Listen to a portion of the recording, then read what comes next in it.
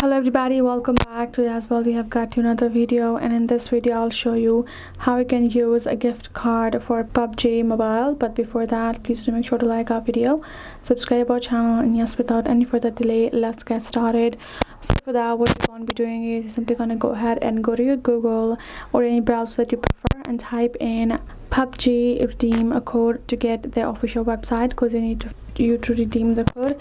As soon as you do that, you will find this option of redeem. Tap on the redeem section and you have to simply go ahead. First you have to simply provide your character ID and the redemption code that you have received. Once you add your redemption code and your verification code over here as shown, go ahead, type it in, tap on redeem, and you will be able to redeem a particular gift card that you have got on you. So make sure to have the correct number and make sure to have your character ID perfectly spelled over there, because if you add any of the information wrong, including the verification code, then your redemption will not go through and you will be stuck.